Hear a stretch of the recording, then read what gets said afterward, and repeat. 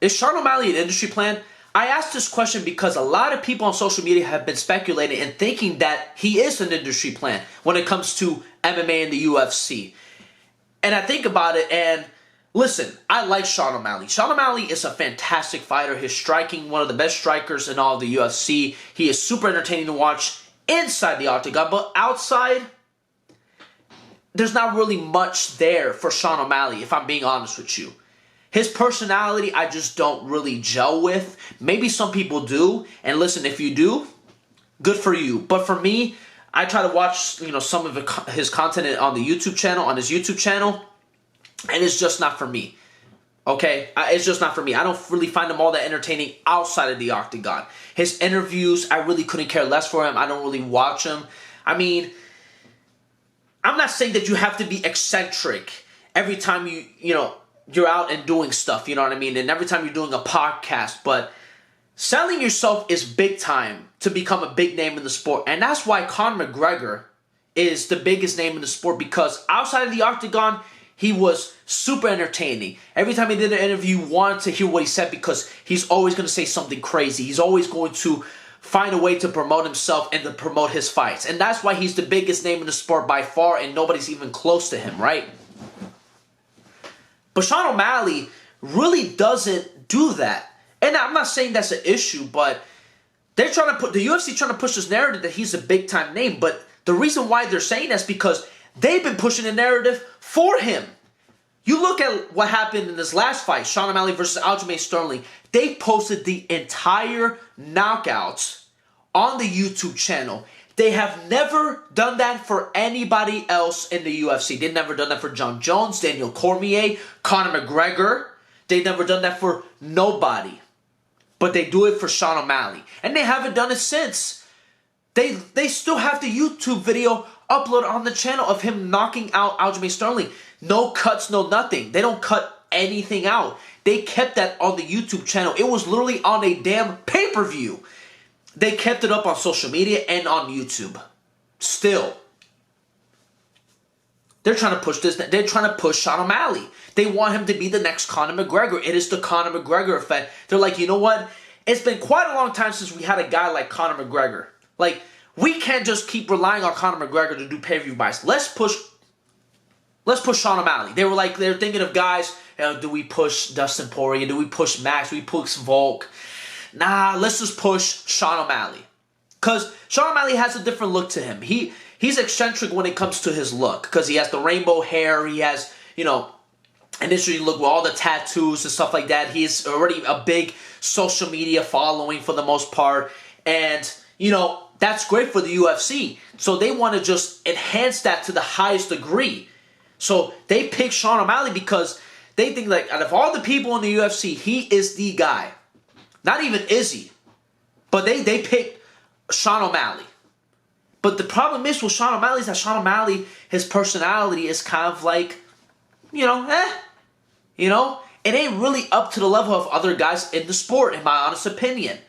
And listen, I'm not faulting out Sean O'Malley. Sean O'Malley's just being himself. Respect. I 100% respect it. He's not pulling a fake-ass, personality like Colby Covington to try and sell himself. And you know what? That's respectable because, listen, the fight does the talking for him at the end of the day.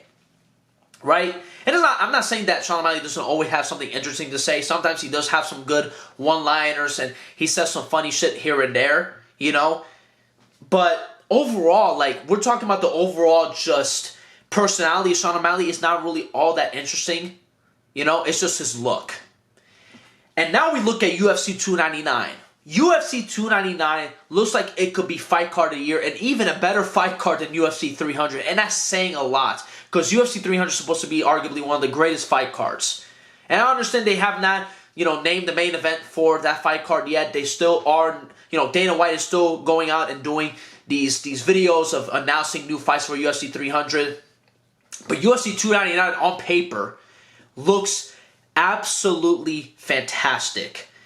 And the UFC is going to push this agenda of saying, damn, look at the pay-per-view where Sean O'Malley was on that Sean O'Malley headline. Look at the numbers. It did 850,000, 900,000 pay-per-view buys. And it's not really just because of Sean O'Malley. It's because look at the fucking fight card that you put underneath the Sean O'Malley main event. Look at, you put Benoit Saint Denis and Dustin Poirier in a 5-round co-main event. I mean, duh. You put Dustin Poirier in a co-main event. You put Jack Della Maddalena versus Gilbert Burns. You put the debut of Michael Venom Page versus Kevin Holland. Duh.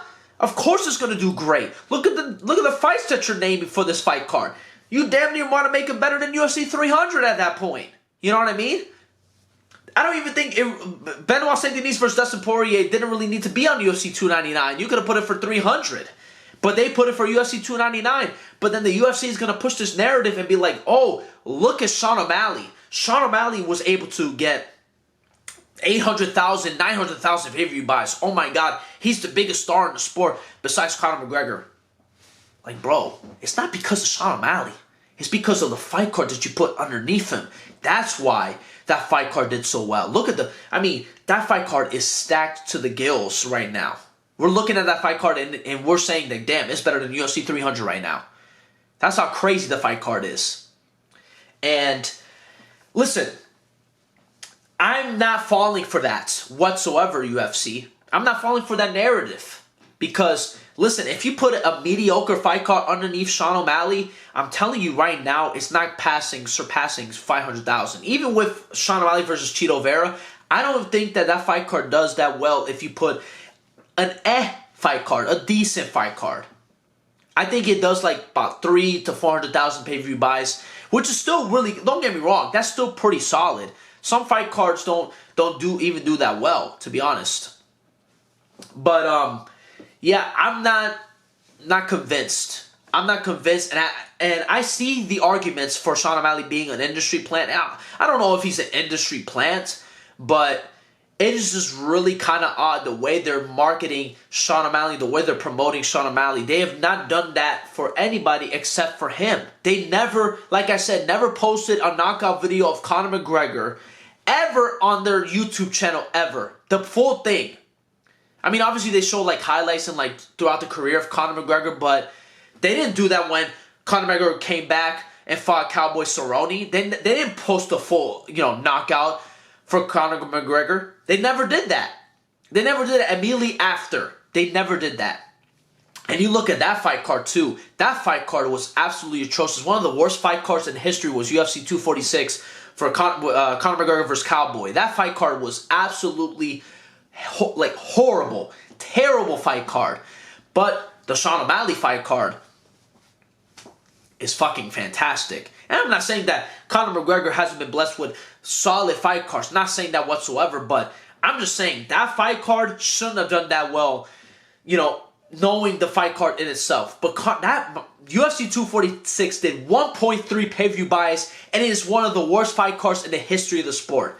But that's because of Conor McGregor. I'm telling you, you put Chito versus Sean, that fight card probably doesn't even do 200,000 pay-per-view buys. That's how bad that fight card was. So I think that the UFC are trying to push Sean O'Malley and shove him down our throat, pause, and try to be like, look at this guy. He's the next Conor McGregor when he really isn't at the end of the day. And it's fine. Well, it kind of isn't because we don't have a guy like Conor McGregor to kind of be the next guy. I'm not saying he has to be like Conor McGregor, be like all flashy and trash talk everybody in his way. I'm not saying that, but they don't have a personality, a guy who has that personality. Aside maybe Israel Adesanya, I guess, but even then, Israel Adesanya, that's a bit much of a stretch when you compare Izzy and Conor McGregor. So I kind of see from the perspective of these other guys saying that Sean O'Malley is an MMA industry plant. I kind of see it in a way. But in my opinion, I like Sean O'Malley. I like his fight style. I think he's a fantastic striker. I said that in the beginning of the video. But I think that that UFC is trying to push him and push this narrative that he is the next Conor McGregor when he is not. But that's pretty much it, guys. Thank you guys so much for watching, and I'll see you guys soon with another video. Peace out.